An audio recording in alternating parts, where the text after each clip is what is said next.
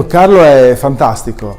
Mi trovo in una nuova bottega, la bottega di una giovane artigiana che ha scelto un'arte antica, la legatoria alla francese. In tutto il Veneto si fa solo qua. Fulvio, buongiorno. Allora, dove nasce questa tua passione per i libri antichi? In casa mia abbiamo sempre letto tutti tanto e in realtà già mia madre mi dava foglietti di carta quando avevo 5 anni e io facevo già i miei primi libri con la passamaneria. Cioè, col filo? Sì. Qui dietro invece c'è il mio laboratorio che è il cuore pulsante della mia azienda. Venite, vi faccio vedere.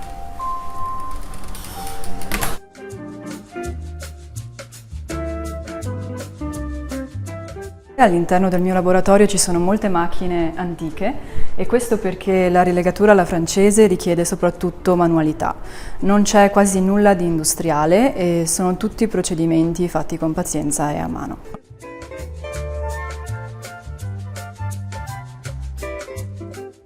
Queste macchine vengono da molte parti dell'Italia e anche da rilegatori che hanno passato il testimone. Cosa vuol dire fare libri?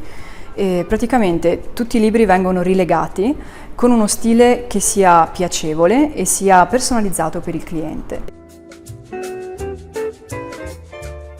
Possono essere libri come questi, che sono libri pronti per una rilegatura in mezza pelle alla francese, oppure anche libri più, come dire, da tutti i giorni. Quello che è importante è che il libro viene mantenuto nella sua integrità e ha un vestito nuovo. Per esempio qui abbiamo alcuni libri che hanno bisogno di un po' di restauro.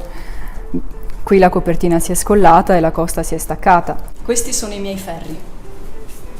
Questi sono ferri che vengono arroventati e si usano per la decorazione della pelle. Che cos'è che ti racconta un libro? Non è solo le parole, è la storia in sé del libro. Io amo quando i clienti mi portano i loro preziosi ricettari. È bello vedere i libri quando vengono vissuti e diventano parte della vita di una persona, non solo un oggetto di pregio, un oggetto di valore. E quando invece ricostruisci libri nuovi con tecniche antiche? In quel caso è un vestire il libro, è un renderlo ancora più speciale di quello che era prima. È una questione di design anche.